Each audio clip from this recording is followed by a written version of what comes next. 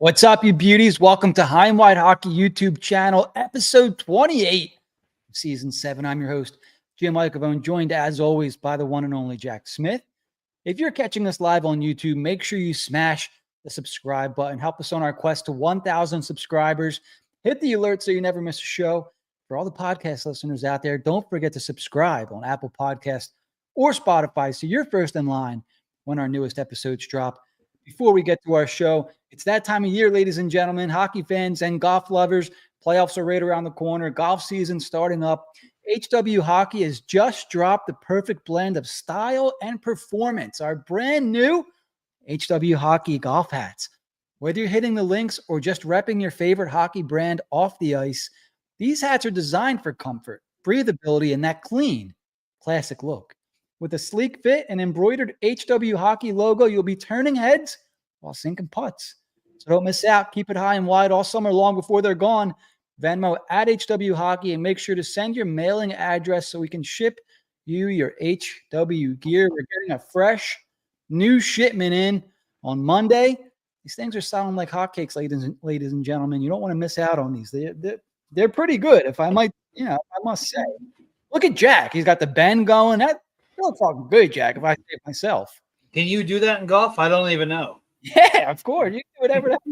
I can't do the flat brim. It's not a me look, but this. Yeah. All right. Looking good. So yeah, head over to HW Hockey for our Venmo. Make sure you send us your mailing address and we'll get you one of these brand new puppies. Yeah, okay. So let's get to our episode tonight, Jack. We have a lot to get to. A lot has happened. Let's start from the top, right? Like we could kind of see something brewing, right? And, we were talking about it on the show. Torts was acting a little weird in his press conferences, calling guys out like Urson, who he's seemingly he's backed for his entire tenure here. Kind of throwing Urson, I don't want to say under the bus, but saying, yeah, he's a B at best, a backup at best. Bringing Carter Hart's name up randomly, trashing Cam York in the media. He just didn't look like the same guy after the trade deadline. Maybe the Flyers traded, or Danny Briere traded one of his only allies in Scott Lawton. And, the room kind of just went south on him. I think the Flyers lost 11 of their last 12 or something like that while he was the coach. And then comes the Thursday night game against Toronto, Jack. And Cam York, I think, played 4 minutes in that game and was benched for the entirety of the second period, third period, and most of the first period. Man, something happened for sure. It's come out. Multiple sources are reporting. They didn't come to blows, but it was enough to relieve Torts of his duties. And before we move on any further, Jack, because more has come out, trickled, what are your thoughts on what happened leading up to Torts being fired? And like, we're here now. Like, John Tortorella is no longer the Flyers coach. Like, what's going through your mind from all this? First and foremost, there's a part of me that's a little bit actually relieved because this team has oodles of issues that we obviously always talk about, and we no longer have to blame it all on Torts. We can actually focus on the real issues with this team. And I think you nailed it with after the trade deadline, whether it be losing an ally or, losing Risto to the injury and the team just becoming a complete dumpster fire. Torts made it pretty well known that he was not interested in losing this badly, this consistently.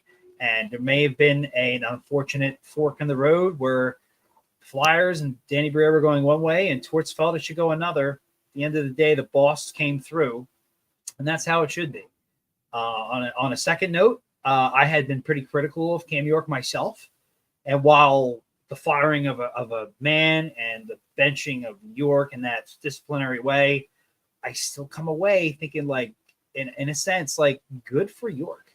Like, I mean, I understand Tortorella kind of wants players to do this, and maybe it went way over the line that we expected, but I'm so glad the man stood up for himself. You know, we can get into what was actually said, allegedly, but I look at York differently now, and that's a good thing. But as far as Torts is concerned, it might hurt our draft position a bit. You can give, I could get all sorts of hate for just saying that, but it is what it is. We are in a rebuild, so we'll see. Ultimately, there's the draft lottery, and you could even jump from 13 to 2 and wind up with somebody who's no good anyway. So it is what it is. But shocking to say the least. There was definitely, I think a lot of people are doing victory laps right now and who hated Torts from the beginning. And the only thing I'll say to that is good for you. I don't think he was the coach that was going to take him to the promised land regardless. I think he set up his culture and certain things. And I think he felt, based on if you put the dots together and you just build the case here, like I think he felt he had more power than he did. And he tried to wield some power, and it ended badly. I think that the Flyers brass was probably thinking like, maybe this is the offseason, we let him go. Maybe we don't. We'll reconsider. We'll talk to him, whatnot. And this, with his demeanor completely changing after the deadline and just becoming, from what I understand, kind of irrational for anybody to deal with.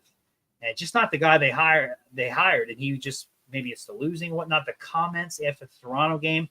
Like, that was before the blow-up even, and those were bad enough as it was. So I think Danny saw the writing on the wall, and it's like he came in and he did what we wanted him to do.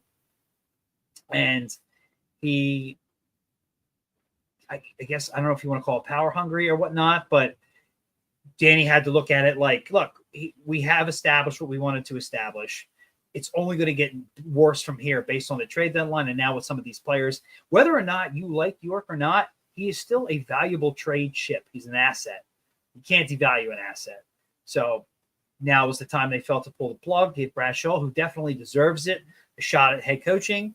Yeah, I mean, I'm still shocked, but after all these things have come out, not all that surprised. I don't see the team playing very differently outside of maybe a little bit of freedom, I guess. But when this team does get some goaltending, they are pretty good, and they're playing some pretty trash teams. It is awfully great to see what Michkov's doing. I was really worried about him saying that he was going to I really wanted him to hit 60 points. And I didn't think he was going to get it. Now I'm like 65 even possible at this point. So I wasn't one of those people like if he doesn't win the Calder, I'm really pissed off and upset. Ultimately, the long-term effects of building this player is what matters most. And that's what it's going to come down to. And we'll look back at this one day and we'll have different things to say. And I'm sure more stuff's going to come out. But absolutely wild. But I'm already looking forward to the next coach. It was never that big of a deal to me like it was others. Yeah. It's just the head coach. And I don't think if you're truly talented, that anybody is going to derail somebody's development. I think that's ludicrous, and it's just hatred from the beginning. So I can't say I dislike where the team is now with how they've been playing, but let's see what happens if they actually play some real teams, and we'll see how the season ends out. Yeah. So I'll say this. So I heard two things. There were original reports. The first one from Anthony DeMarco saying that Tortorella was let go, meaning that he was fired, meaning the Flyers told Tortorella that he was no longer the coach of the Flyers. And then Friedman actually put something out maybe minutes later that I believe the way he worded it made it look like Tortorella stepped down from the Flyers. So there were kind of two different reports out there. And I'm wondering if someone in Tortorella's camp contacted Friedman and was like, hey, something's happening here. Torts is out. He's stepping down. And the Flyers, before word got out that a coach was quitting on the Flyers, they put a PR announcement out. Actually, we're letting him go. Actually, it was our decision, not Torts' decision. But regardless, either way, it's clear that there was a massive blow up that happened, and there was differences of opinion, whatever. There's stuff coming out on Spit and Chicklets that's saying Torts is telling York that if he resigns, He's going to bury him. You know, who knows how true that was actually going to be, more so than just guys trying to piss each other off. But I'll say this. Exactly. Thank you. Danny Briere did not look like he was comfortable during that press conference. He did not look like this was not a thing that was supposed to happen. You know, it was something that came out of nowhere. He even had something written down, which to me was flag right away that something fucking big went down, because he wasn't ready to do it. And he looked nervous, you know, and he was being asked questions, and you could see him take a minute to take a second to think, like, can I actually say this? Do I want to say this? So what seemed like some kind of a marriage there between Tortorella and Jones and Briere, and they were all saying great things about each other. You know, something went south. And I'll say this, I'm not sure how much this kind of thing matters, but towards the end, when Tortorella would talk about Jonesy, Hilferty, Briere, he always made a point to put Hilferty first and Danny Briere last, which I thought was odd, because in my opinion, Tortorella's out of those four, Tortorella's the bottom of that pecking order, you know, and so he should be like married with Danny Briere. Like Danny Briere should be his boy, you know, and if he's talking to anybody, it's Briere. You know what I'm saying? Does that make sense there? I'm reading too much in maybe, but like I'll notice these things. Like, okay, does he always put Briere last? Because Briere's the guy that he should be talking to like every other day, whatever it is. Like not Keith Jones, not Dan Hilferty. You know what I'm saying? So there was definitely something went south, I think, quick. And not sure where it started. Briere said around the trade deadline. So we'll have to take him at his word there. But whatever was going on it must have snowballed really, really quick. Well, I didn't notice that about him naming Danny last. That's very interesting. And in the past, I'd have like brushed that under the rug. But as I get older and see how people are, how subtle they try to be, I do think there could be something there. But yeah, it ultimately, but at the end of the day, it ultimately comes down to like Torts probably thought he had more power to wield. And for the most part, you know, Danny's bringing you in and saying, you're going to tell us who should be here and who shouldn't. That was like kind of openly announced. Mm-hmm. And I'm going to say, like, maybe he took that a little too far, because he's the way he's going at York and whatnot, you know. And for things to get out of hand like that, where you have to fire somebody, and like you said, Briere was just, you could tell when he described Torts, and he's like, he's a complicated man, and almost immediately he was like, he's a complicated coach. Like, did he even want to say what he just said? You know, and we all know it. It's not like he told us anything new. He felt uncomfortable. For that day at least, the organization looked dysfunctional, and that's never a good look. So it is what it is. It's not, obviously wasn't in their plans. I really didn't think they were going to fire him this year. I thought they were going to. Then again, like, who the hell knew what was going on behind the scenes? I really felt like since the trade deadline, things have taken such a spiral. And it was a shame, because all we're looking at is them sinking in the standings and how badly we need that pick. But yeah, I mean, I don't know if I believe exactly what Chicken Spitlets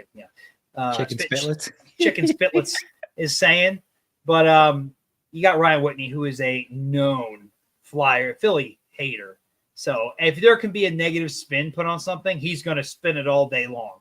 So it's hard, and it's like, that's what I heard. Like, okay, sure. So, I mean, it could be true, but like you said, and this is how I feel, if two guys have a blow up, things are said that you don't mean.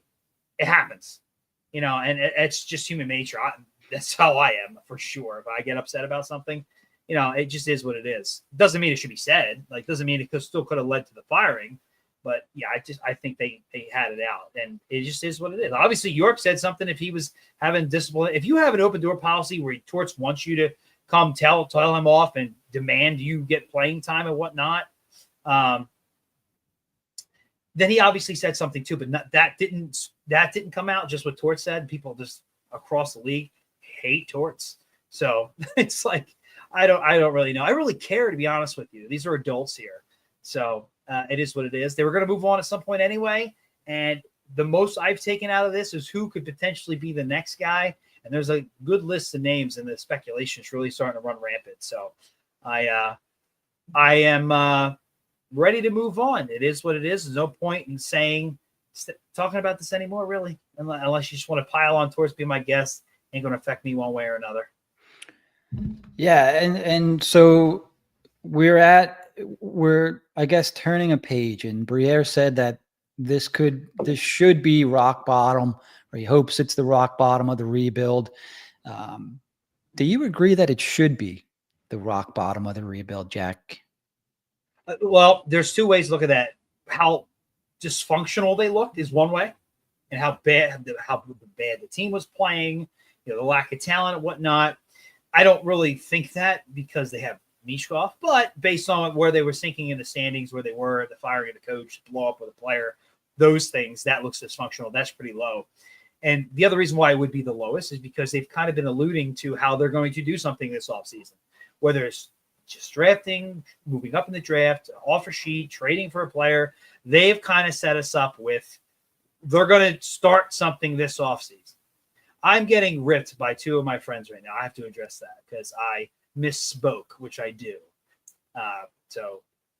What are you drinking tonight, Jack? This is just straight Angels Envy on the rocks. All right. And I went to dinner tonight. I was drinking. That's why I'm wearing this shirt, you dickheads. Okay? So, log off.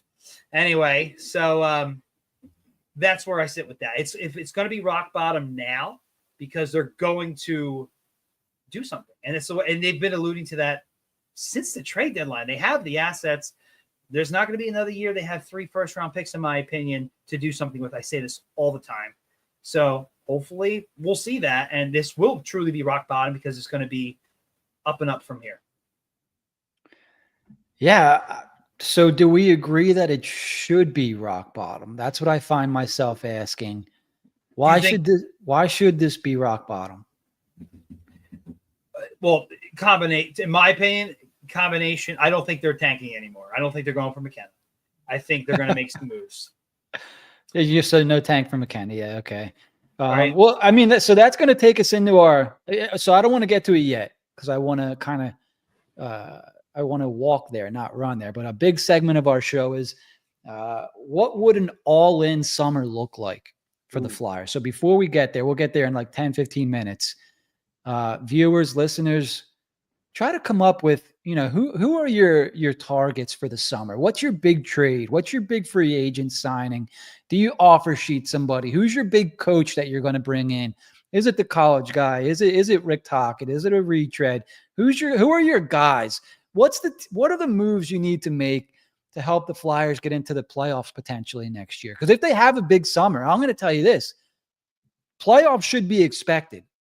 All right. But think about the moves, put them in the chat as we move along here.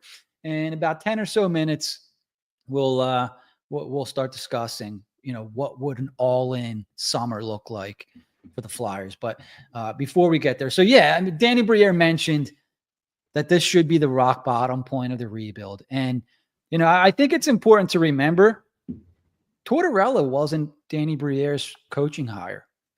I think Briere was assistant to the GM. They were still calling him to Chuck Fletcher when Tortorella was hired. And if you remember, the old regime of the Philadelphia Flyers brought in an outside consultation company to kind of pinpoint what coach the Flyers needed next after, I believe, Vigneault and Mike Yeo. And I think what they found is the Flyers needed accountability first and foremost. Back then, I think it was 3 years ago now. And so the consulting company said John Tortorella would be the guy that you need to go with. And Chuck Fletcher was still the GM at that time. I just want to mention real quick, because we're going to talk about Rick Tocchet, I think, in a little bit. Chuck Fletcher, I think, wanted Rick Tocchet. And from what's out there, or some of the rumors out there, is Tocchet didn't want to come here. Now, I don't know if things have changed, because the Flyers as an organization have changed over the last few years. or maybe if Tocchet gets let go, if he's going to be maybe desperate for a job, because at the time he was kind of a hot name. Teams wanted to hire Rick Tocchet, and he went to Vancouver. He kind of could pick where he wanted to go. So I think it's important to remember the next coach that's hired will be Danny Briere's first coach. And in my opinion, the real clock will start ticking then, because that will be, sure, he drafted Michkov. Sure, he's drafting guys like Luchenko. Hasn't brought in a big free agent yet. I would argue the free agent brought in that's done the most for this team so far under Briere is, and maybe I'm missing somebody, Garnet Hathaway comes to mind for me. So they haven't brought in that big guy yet, that big roster player. So the next coaching hire, in my opinion, will be the biggest move that Danny Briere has made thus far. The Michkov pick was a no-brainer. So obviously that's massive, but I'm not going to count it. He actually has to make a decision here, right? Do you get what I'm saying, Jack? This is a massive step. If he gets this coaching hire wrong, we could just be spinning the tires here, right? Absolutely. And this is a move for potentially winning. This is out of the rebuild. This is phase 2, as he has said himself. So it's a big one. It's going to be huge. I really don't know. I know what they've alluded to, but I really am not sure where they're going to go. But it's going to be very interesting because it's going to tell you a lot about how they're going to run the team as well. So where they think they're at as a team as well. And if you're bringing in a coach to win now, particularly if it's an X's and O's coach, you would assume that some moves follow. You don't want to bring in a new coach like that and then not, run it back. I think I don't see that happening. So ultimately, we'll see. I thought potentially tanking for McKenna was definitely more possible under Torts, even though everybody be kicking and screaming along the way. Now, I don't think that's – how can you bring in a coach and be bottom of the league? There's just no way. And maybe if you run back Brad Shaw for a year, but I don't know. I don't see that. I don't think they'll do that. I think they're going to actually go get somebody. You're on mute. Thanks. Yeah, that's kind of the sense I have too. Watching Brad Shaw now, I just get the sense that he's in the moment. Maybe he knows this isn't going to last very long and he's enjoying his time. But I'll tell you what you just semi-proposed there was maybe Shaw, finishes this thing out for a year, and kind of maybe it's his audition for other teams, a season-long audition, hey, this guy can actually do this kind of thing. And then maybe the Flyers end up signing him, or some other team goes somewhere else. And all the while, Briere gets to look for his guy. That might be an ideal situation. I don't know. But maybe I don't know. Maybe Briere bought himself more time, or maybe he put himself on the clock a little quicker there. I'm not sure really how I see this. But I don't know. I'm not sure if they were going to bring Torts back for the 4th year. We talked a lot about that. It didn't make sense to me to bring him back for the 4th year as a lame duck guy. It sounds like moving on from Torts now was the right move, because it sounds like things were getting toxic if they weren't already, And it does definitely seem that way. And I just feel like if they made it to the end of the season somehow, it wouldn't have been nearly as much speculation. I think they would have maybe moved on from him, and maybe a couple of weeks later they bring in a new head coach, and now we got to really stretch it out and see what we're looking at here. So that's going to be the more speculation, the worse it's just going to be. Every possible candidate is going to be broken down. So when he does make a decision, everybody's going to be super critical. We all have our favorites, but no matter what they do, people are going to flip out. If they go David Carl, if they somehow get David Carl, that Hacksaw is going to be brought up in waves, or if they go Tocchet, they're going to Tortorella may be brought up, and dump and chase, because that's what he's been doing in Vancouver. That's going to be brought up. So we'll have to see. Travis wants Matt Carl. If it helps us get David, I'm all for it. Yeah. So you have your tank canceled, and everybody was kind of calling it. I didn't think it was going to happen, but after they let Tortorella go, the Flyers have won 3 straight and have been fun to watch. They've been scoring a lot of goals. Owen Tippett has looked fun again. It's unfortunate because it feels like he wasted a lot of his season, but he still has it in him. So I guess that's positive. Michkov has multi-point games in every game since Tortorella's been fired. Jacob Peltier is putting points on the board there. Go figure. A lot of guys are contributing. Travis Konechny looks good again. We're finally getting to see TK, Kuz, and Michkov play together. A lot of people were calling for that line. Tyson Forster's putting up points. I think he's got like 4, 5, 6 points in his last 6 games, something like that. But it's just kind of typical, right? Like they're beating up on some of the teams behind them that were, if they lost, they'd probably be sitting in fourth place, fourth from last right now. But they still have a chance to finish that low. I don't know if they're going to make it past Nashville anymore, but I think while that's it done. seems slimmer, there's still a chance. They do play tougher teams, as you mentioned. And people are quick to say like, oh, look how different they are without Torts. And I do think there's a little bit of freedom, but they're playing pretty much the same. I think they're just converting on chances, especially Michkov. Yeah, they're taking some chances, and there's probably not as nearly many repercussions. And what I've heard Shaw talk about in practice, about how he likes it to be competitive. He's like, we'll just keep score. Whatever the drill is, just keep score. And it brings the animals out of these guys. I love that. He said he picked that up. I think it was under one of our old head coaches, heavy set guy. I can't believe I can't think of his name, from the early 2000s. I can picture him. A couple of the Dallas Stars. Hitchcock, thank you. Yeah, he literally got that from Hitchcock, and it's like you get these guys going competitively, and it's a whole new ball game. And suddenly they're not so much in the dumps and whatnot, and you're playing, they're having fun. They tried Michkov and Konechny earlier in the year. I don't know if people remember that. It didn't quite go off as good. We're in a little bit of a different situation now, a little bit. It was only a matter of time before some of these guys broke out. But again, I will stress this. Not so much with Montreal. That was directly after the firing. But I was at the Buffalo game. Buffalo looked terrible. They were bad. They did not have Dahlin in the lineup. They looked, and the Flyers still gave up like 30-something shots or high 20s. So that's typically what they would do. And then if you thought Buffalo looked bad, Nashville looked disinterested. They had some open chances where they were fumbling the puck. And I think Fedotov's biggest saves came against mistakes he made, goes behind the net, slams into the glass. I'm like, what the hell is he doing? And he tries kicking it around the boards, has to come sliding back out to make a save. And don't get me wrong, he did make some pretty good saves against Nashville, and they have some players there. They're just old. But, these are two very bad teams. Buffalo's been bad forever. Nashville's a bit of an anomaly. They had a decent team. I think they won the offseason. They signed Stamkos, Marchessault, Brady Shea. I'm missing another name, too. They definitely added – Ryan O'Reilly.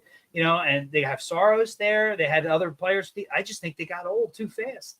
And maybe it's a coaching. I'm not sure. But, that team they're the third worst team in the league. Who saw that coming? And we saw that firsthand just watching that game. It was rough. So we'll see how what they do. They got Montreal on Saturday.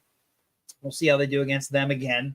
And that team's trying to fight for a playoff position. I'm sure Cole Hudson will have at least 4 secondary assists and, run away with the Calder. But then you got the Rangers, you got the Islanders. We'll see how those games go and kind of go from there. And then I'm still looking forward to the last game of the season one more time against Buffalo. We'll see where the standings look and see what they do. Yeah, that might be for the 4th spot. I kind of laughed last night because I was looking at the standings, and I think Buffalo heading into the game against the Flyers had won 3 straight games, and then they proceed to lose against the Flyers. And if you look now, they've won 2 straight. They beat the Capitals literally the next day, and then won 1 more. So they've won 5 out of 6, and the game that they lost was against Philly. So kind of funny there. Travi likes your hat, Jack. It is a good looking hat, if I must say. Hey, I just learned what a golf hat is. You know what? I like it. So yeah, a lot of comments here. We're coming up on our big topic. Let me see if we missed anything. Oh, Flyers signed NCAA free agent Carson Dorwart. Yeah, baby. Interesting little signing there. So usually I don't get too excited about NCAA free agent signings, and I'm still, not. But I did put some time in, and I watched this guy play against Cornell shift by shift, and he's got some wheels. Energy guy. I think he's going to be excited to play in the NHL, as you know, all young guys are. But he's got some wheels. He's aggressive, smart kid. So we'll see what he can do with the Flyers. But if he sticks around, this is not a top 6 guy. Maybe he gets time on the third line at some point in his career. But I see a bottom 6, maybe a top line AHL player. But he should be fun. He should be fun to watch at the very least. Indoor work. So yeah, if you guys haven't had a chance to check out the video, free asset. I mean, you're paying money and a contract out of your 50. You're giving him one. Yeah, it's better than third round on. I'll take that all day long. So for sure. And I'll link the episode to our episode here right after the show. So if you watch to the end, just click on the Carson Doorwork game analysis video and you can watch them yourself. Okay, where are we at here? All right, so let's get into if you were the GM, and you were going to go all in this summer, because look, we've been hearing it all season long. Matvei Michkov's here. We got to build around him. We got to get him a center. Remember those days, Jack, and earlier on in the season? Got to get Michkov a center. You got to sign him now. He needs a center to play with. Well, the offseason's coming up. What are the moves that we want to make? Is a center top of the list, or does a coach matter more? Do we need a goalie? All of a sudden, we need a goalie. What do we do? And so, Jack, I'll ask you, viewers in the comments also, please, what would your first move, your first order of business be, Jack? And then we'll kind of proceed from there. So if you're Danny Briere and you're going all in this offseason, if you want to contend for the playoffs next year, if you want to finish top 3 in the Metro or wild card, first order of business is what? I think it's the coach.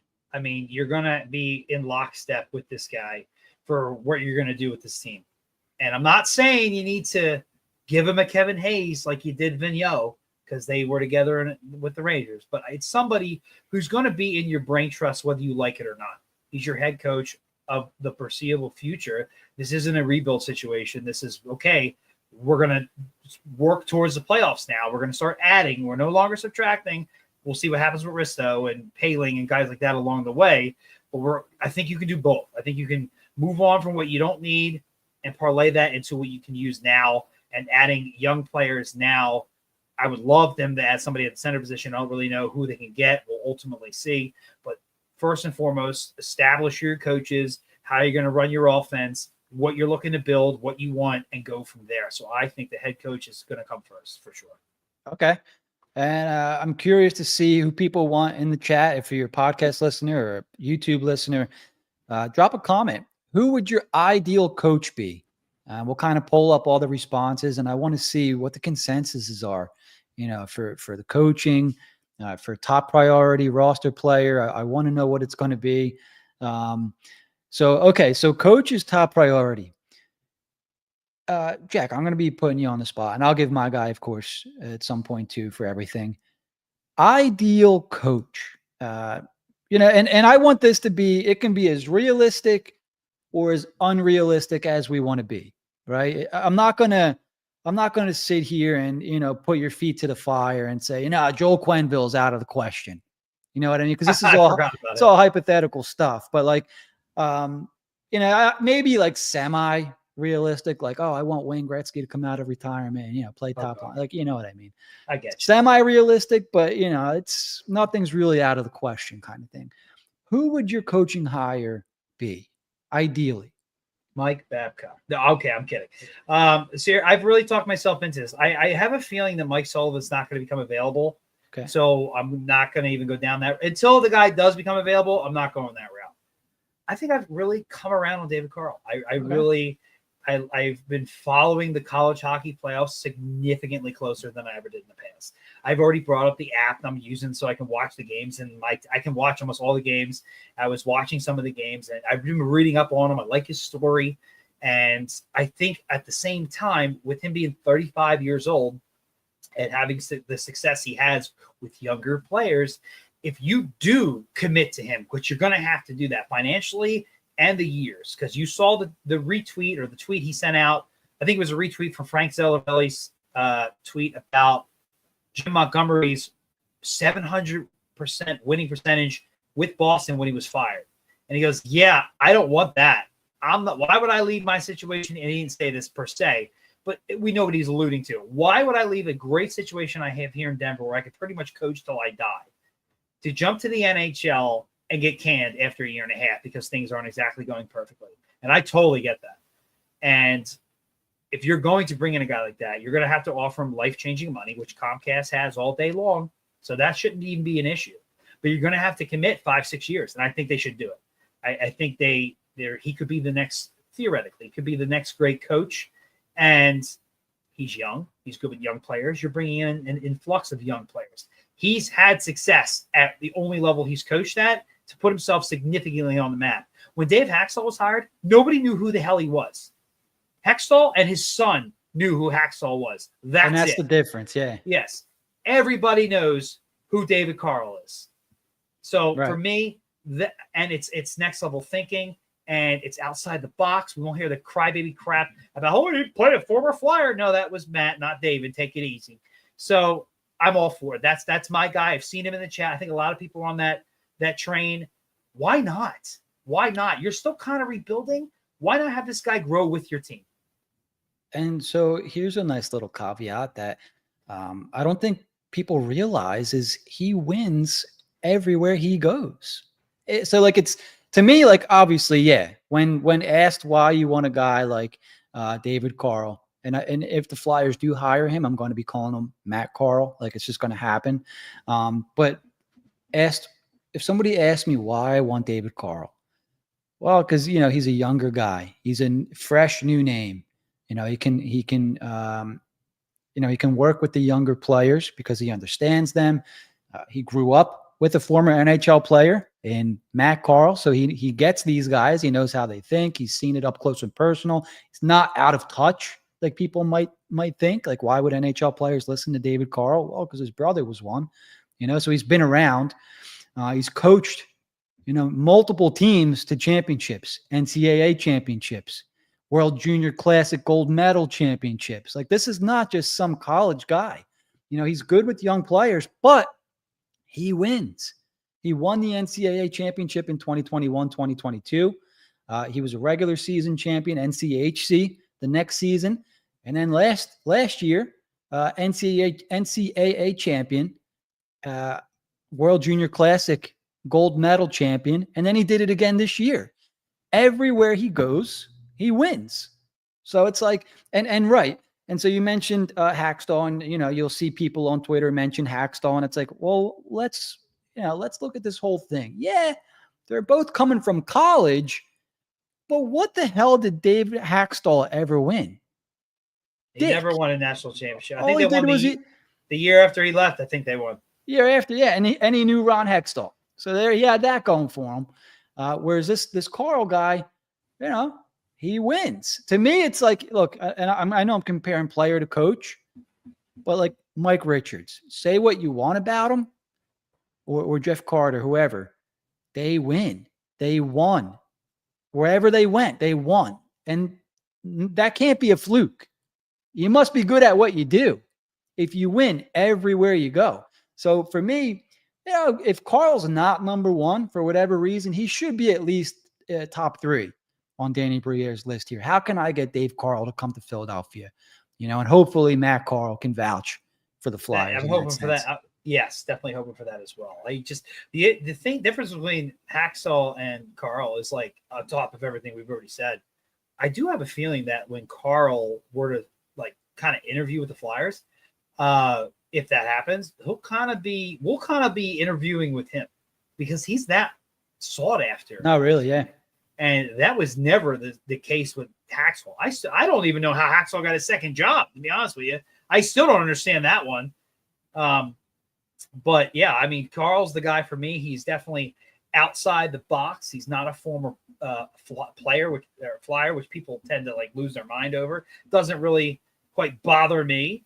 But he's definitely somebody that I would 100% be interested in. I think a lot of people are. I saw Jay Woodcroft get brought up by the Dirty Bird here. Thank you, sir. I don't know I've seen you in the chat before, so appreciate it. Awesome picture, by the way. I don't know how he had some success with Edmonton, and when the goaltending went south, things kind of went south for him. And once they replaced them, they kind of took off. I don't know if that he could still be good. I'm not going to put it all, the whole reason that Edmonton got off to that horrific start. I think it was last year. I'm not going to put it all on Woodcroft, but I don't see enough there where I would be gung ho about that. But I could be wrong. He's on my list. He's not somebody I'm not considering. I'll run down some other names that I see in the consideration as well. A lot of it's the Rick Tocchet talk. That seems to be the number one thing being discussed right now. It's almost like a foregone conclusion. The only problem is he has a weird situation in Vancouver with a team-friendly deal, or a team option rather. And it's almost like the team could choose to bring him back even technically against his will. And he's already getting a lot of interest from other teams. So they might, I don't know if Vancouver's playing hardball, where they're kind of like, well, why don't we just keep Tocchet because it's a team option, and he can either quit, I guess, or if a team wants him, they have to give us a draft pick to like essentially trade. I'm not doing that for a coach. I think that's ridiculous. I thought it was kind of silly in the NFL when they did it, although I will say that Tampa did win that Super Bowl, but I think Tony Dungy already put that team together with Jay Gruden back in 2003. I just think it'd be silly with all the available coaches and potentials to trade for a coach. And I think that Vancouver might play hardball. But if Tocchet does become available, I would be interested. He wouldn't be my favorite, but I would definitely be interested. Real quick, Jim, when you left, I just kind of went into Rick Tocchet's situation from Vancouver. Sure. How would you? He seems to be getting an awful lot of interest, and there's an awful lot of rumors around the Flyers with him. It's brought up earlier in the chat that he had interviewed with the team. He was interested in the job, maybe not so much in a tanking perspective. Is now the time? Did they consider that? Was Danny, who had, probably knows him, and Keith Jones played with them for a little bit at the end of both of their careers.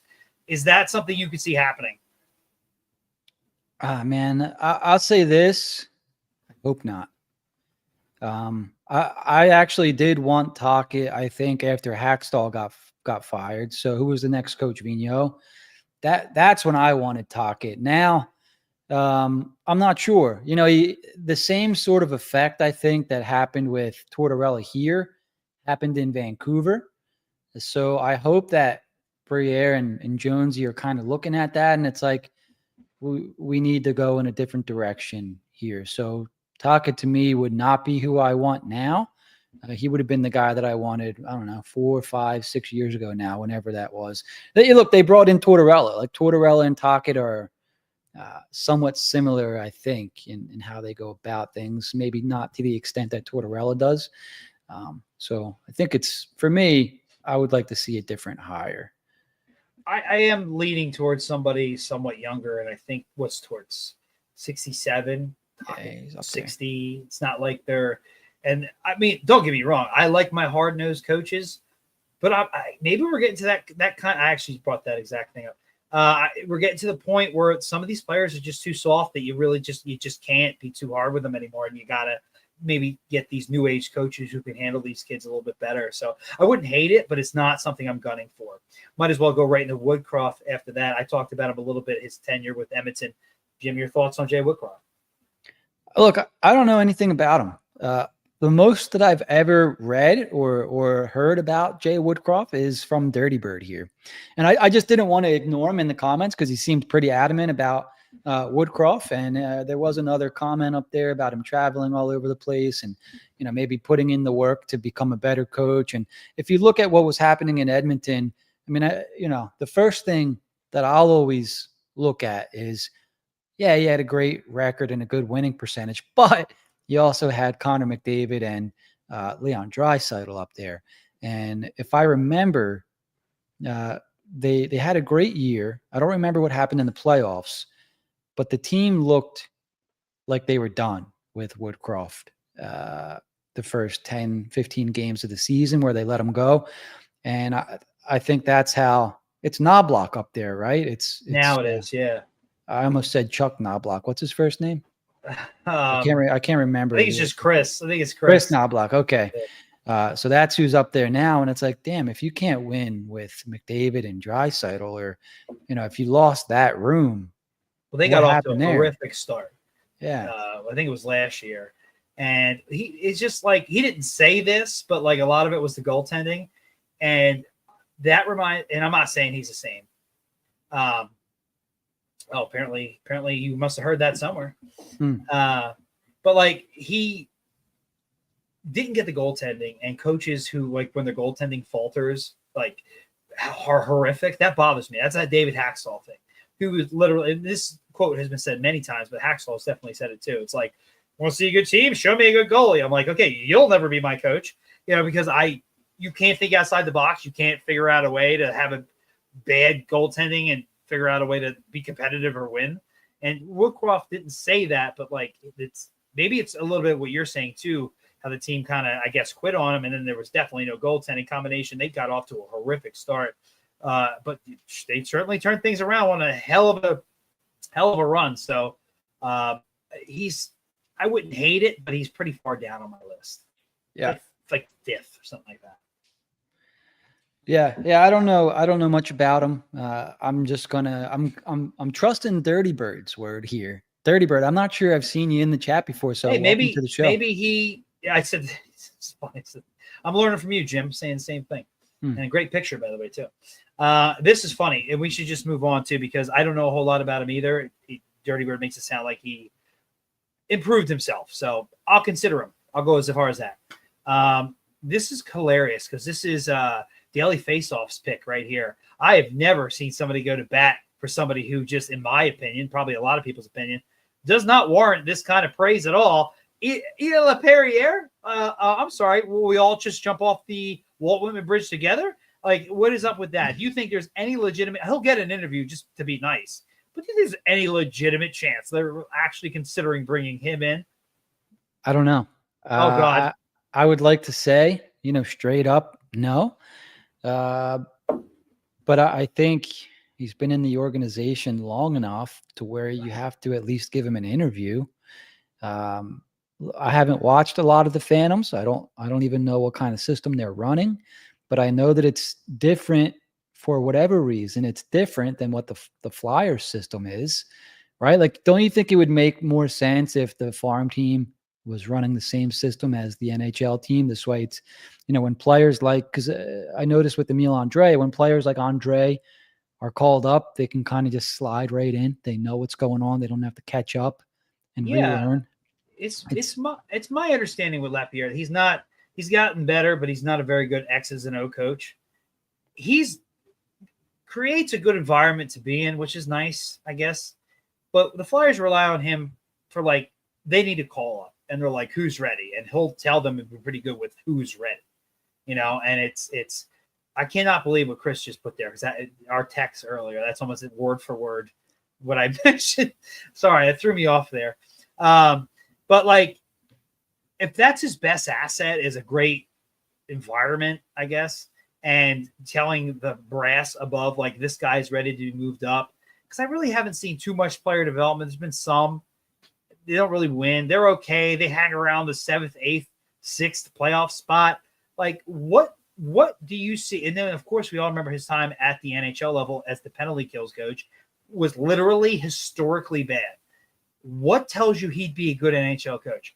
We all know this is Daily Faceoff's way. He gives them information, and this is a way they throws a bone back at him. It's all it is. And nobody was talking about Ian LaPerriere except for Frank Cervelli, somebody who just wrote the article, who works for Daily Faceoff, run by Frank Cervelli. And Jeff Merrick just came out, who, all that time he was doing 32 Thoughts, nothing. Now he works for Daily Faceoff. Now he's giving him praise. This is all, thanks for the info. Keep it coming. We'll throw you a bone here.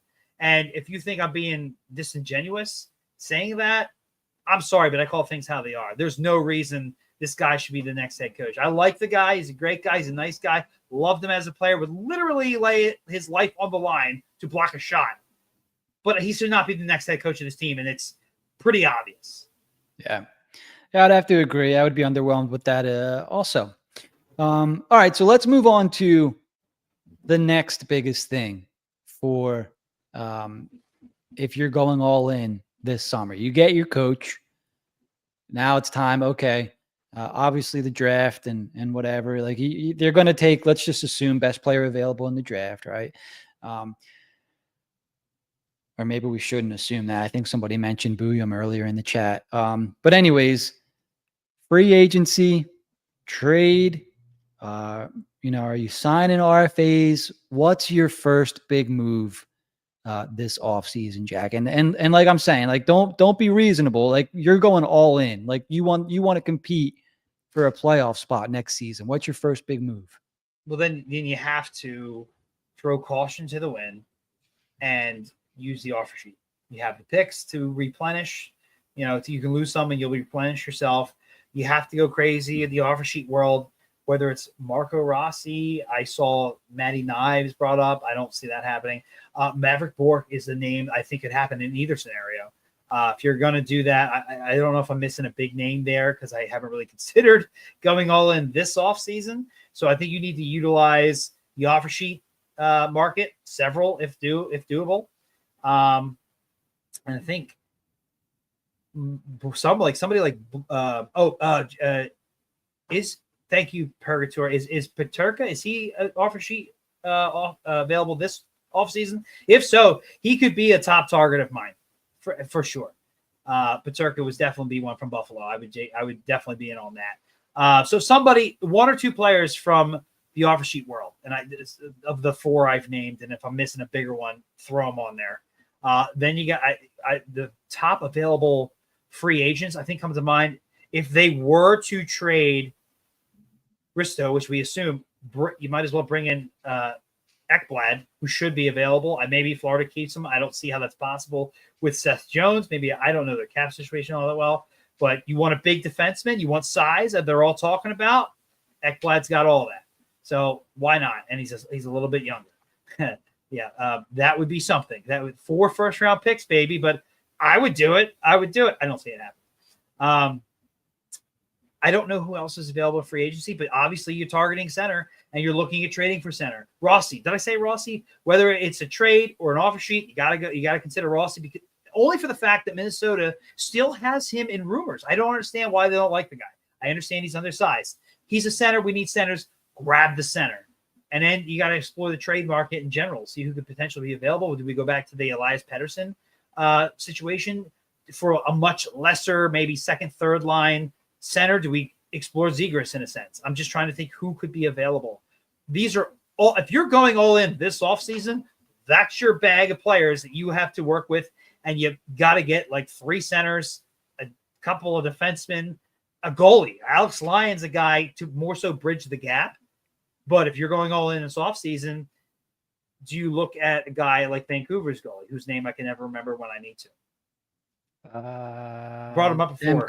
Thatcher Demko. Do you look at a Thatcher Demko and sign him long term and say, hey, I don't know who else is available? Do you trade for Gibson from Anaheim? Is that something that you have to explore? And he's been very injury prone, but the skill is there. He's been on a damn bad team for so long.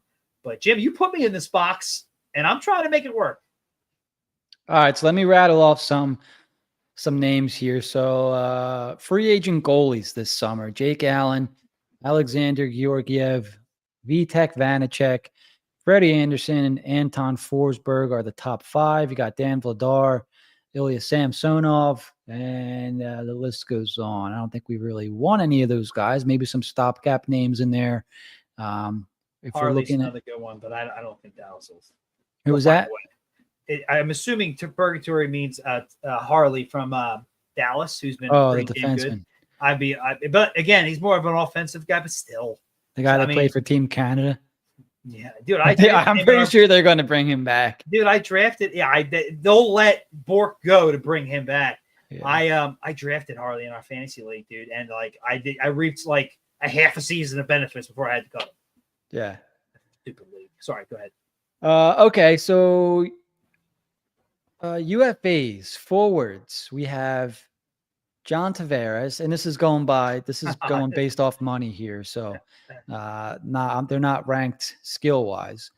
So John Tavares, 34 years old, Mitch Marner, who's A winger. unlikely. Yeah, he's a winger. Jamie Benn, Brock Besser, Claude Giroux, I don't think they're ready for that yet.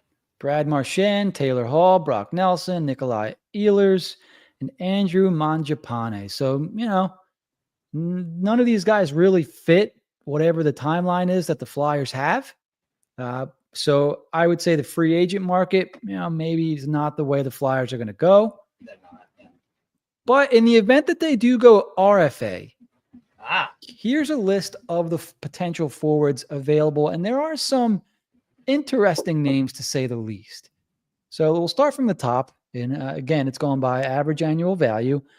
One, Gabriel Velarde is an RFA. He's making $3.4 million this season. He's going to get a significant raise.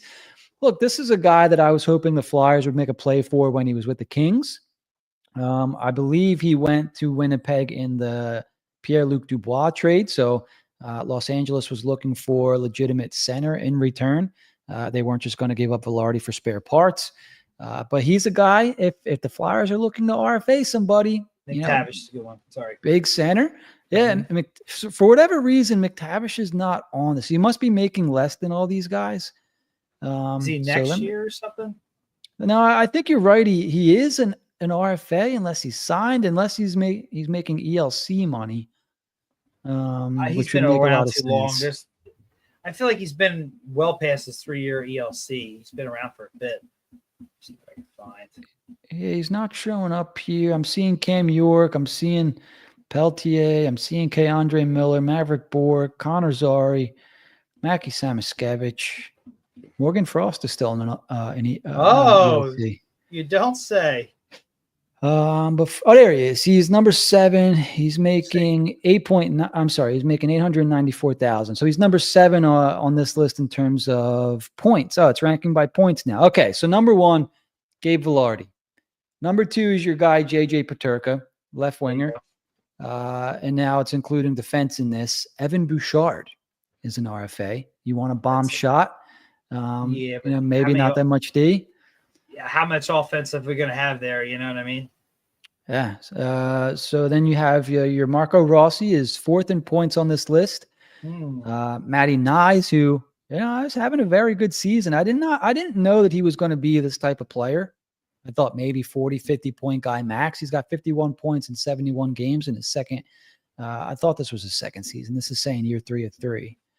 Ryan McLeod could be a sneaky name there for the Flyers. And then you Mason McTavish. And we'll round this out. Morgan Geekie, Dmitry Voronkov, Luke Hughes, Capo Caco. Luke Hughes, yeah, okay. So there's a lot of names in the RFA market for sure. Yeah. It's comes down to I keep coming back to this, and it irks me when other outlets talk about how say what did it last year. Understand their GM knows that he's not going to be making deals with anybody. They have an heir apparent who's going to take over for him. That being said, if the offer sheet does come back and teams finally grow some balls, this would be the offseason to do it. Or maybe just the threat of a potential offer sheet and a team like Dallas struggling to sign these guys, you can just flat out make a trade. Just flat out make a deal. If there's any team that has the assets to do it, at least in the draft pick department, and that's universal currency, teams like Dallas, who don't have a lot of cap, might want some draft picks, maybe not this year, but they want draft picks to, at the deadline, add when you can manipulate the cap a little bit. So maybe that's something that you can do with the Flyers for sure. Yeah, and there's a comment in the chat that a lot of teams are going to be in similar situations with RFAs. And something that I would consider is, hey, let's swap them. It looks like you need a D. We need a center. Why don't we swap? You take RFA and we'll take your RFA. And this way all's well and good. Nobody's pissed off. Nobody's angry, whatever it is. You're not making enemies, right? I think a lot of teams from the looks of it are going to have, guys that they're going to have to sign. But here's the thing also. The cap's going up. So shouldn't it be easier to fit some of these guys in? It should be, but Dallas is still in a situation where they're after Ratnin and re-signing Wyatt Johnson. even with losing, not Sagan, Jamie Benn, they're still in a world of hurt. They got too many guys they have to like re-sign. They're going to lose somebody. Yeah. They might not. They might be the only team that way. I think why Risto is, while they're waiting for the offseason, is because of caps reasons. So hopefully that's something as well to consider.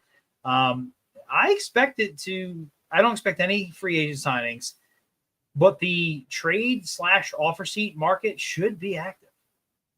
Yeah, and it should be fun. And if you're the Flyers and you're going all in, it might be something you consider. You got to make a big splash, something that's really going to set the thing in motion, because Tort said it, right? It sucks to coach in this type of season. He's not interested in it. And if you're not interested in coaching when things are going like this, how do you think the players feel? Right. And so a big move, you get your coach, you get you make your big move early in the offseason. All of a sudden, guys are juiced up, new blood. We got some talent in here. You head into September, October, whenever it is. And, you combine that with the culture, the new culture that we've been hearing about, that's been talked about.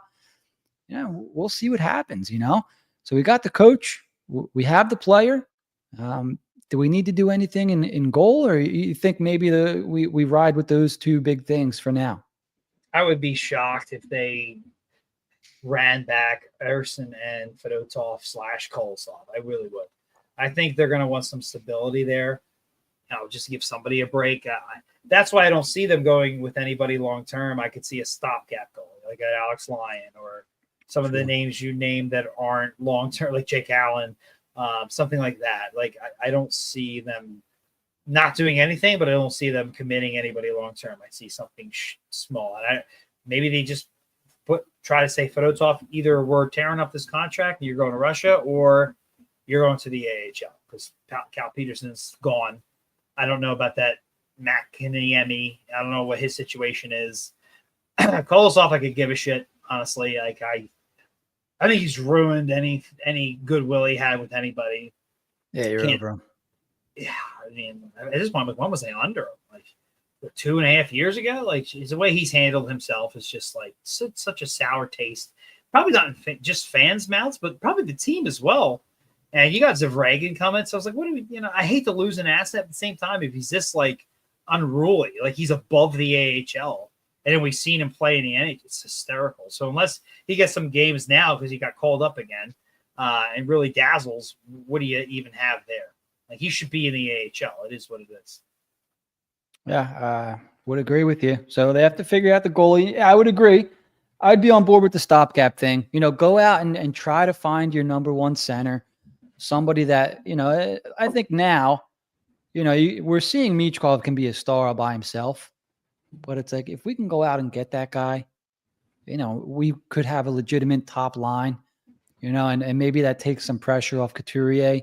He settles in the second or third line, and Noah Cates settles in on your second or third line, whatever. Maybe things start to take shape in the forward group. And, it's still a building year, but I just was curious what an all-in offseason looked like. And I think from the comments, from our conversations, I think we're being pretty reasonable here, to tell you the truth. Like, nobody's in the comments, trade for McDavid, you know what I mean? So it was a good conversation, I think to have tonight. Yeah, I mean, we know that this is not the year they're going to go all in, but this should be the first year they take that step. Instead of themselves, this is phase 2. Let's get the coach. Let's make some deals. Let's try to get a top pick. You never know. And let's go from there. Speaking of top pick, before we wrap up our episode here, we'll check in on the tank. Oh. So we have. Sorry? Go ahead. Oh, the tank. We have Montreal's currently beating Boston Bruins, who they may never win a game again. Bruins. I think they've lost like 7 straight. They're just ruining everything. Yeah, it's been rough. And then we have Dallas and Nashville tied 0-0 in the second. We're rooting for a Nashville win there. What else do we got cooking tonight? We have Anaheim, Calgary. I think Anaheim's in front. Any more tank relevant games here? Pittsburgh, St. Louis tied 1-1. We need a Pittsburgh win. Yep. Let's take a look at our standings. Seattle did us a huge favor last night, winning 5-0 over Vancouver. And I think if there was any question about Rick Tocchet, I think that's probably the game that cements his fate and Vancouver's. Okay, so Boston I mentioned might never win again. Doing the tank perfectly. They're about to lose 7 straight. They're sitting in 4th right now somehow. The Flyers are 1 point ahead of Buffalo and Seattle. So yeah, they need to start racking up some of those L's that they were so good at doing throughout the course of the year. They are currently 7th from the bottom. 1, 2, 3, 4, 5, 6, 7 from the bottom. So we do need a Pittsburgh win because that game in hand goes away after tonight. And Buffalo's schedule, they have 2 games in hand. Buffalo plays Tampa Bay next and Boston.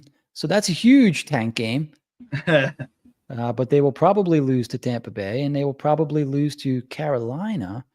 But a pretty rough finish to the schedule for Buffalo. So I'm not really counting on too many more losses. It's going to be tough.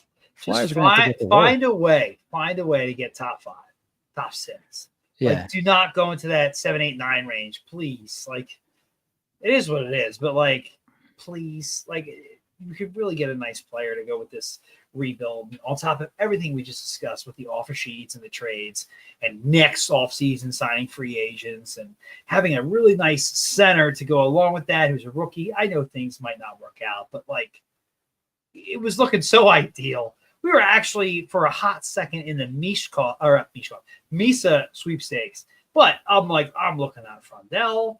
I'm looking at now like a best case scenario might be like McQueen or something like that, which isn't horrible, but like, I don't know, man. It's getting a little, I think I was thinking of Hagens at one point, and now I'm like, yeah, we're looking outside looking in, and that's not where I want to be.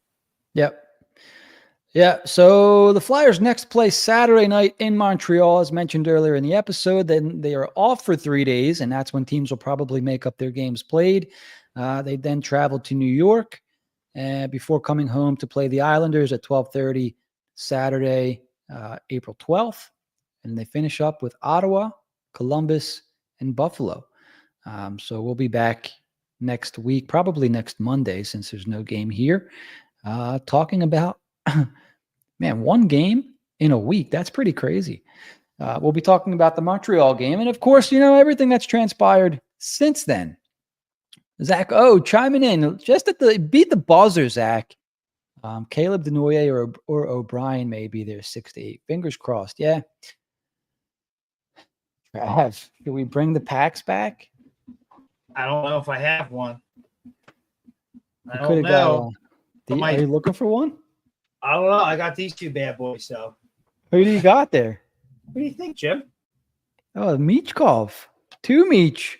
I don't think they're worth a dime, but whatever. It's Michkov. Wow. All right, ladies and gents. And I just want to say, and Purgatory, you are such a hater. We're going to talk, bud.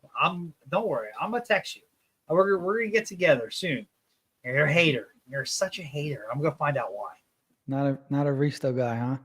Not a nothing guy. He hates everything about the Flyers. He hates the front office. He hates Torts. He hates whoever they sign. He's going to hate him. Watch.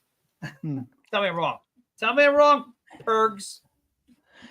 All right, ladies and gents, that's going to do it for episode 28 of season 7. Thank you for tuning in. If you enjoyed the episode, make sure you give us a subscribe. Help us on our quest for 1,000 YouTube subscribers. Like and leave a comment for us on YouTube, Apple Podcasts, or Spotify. Set alerts so you're the first to know when we drop a new show. And for all of our latest episodes, articles, and updates, head over to hwhockey.net. Give me, if you guys want to know anything about Carson Dorwart, make sure you head over, watch the video after tonight. I think it's like a 25 minute video, broke down all of his shifts from his last game against Cornell. Could be a nice little player. If you don't want to wait till Saturday to watch him, you have that video on YouTube. So for Jack, I'm Jim. We'll see you guys next week. Don't forget to keep it high, keep it wide. We'll see you next time. Bye-bye. Ding dong. Torts is dead. The mean old Torts. Torts is dead.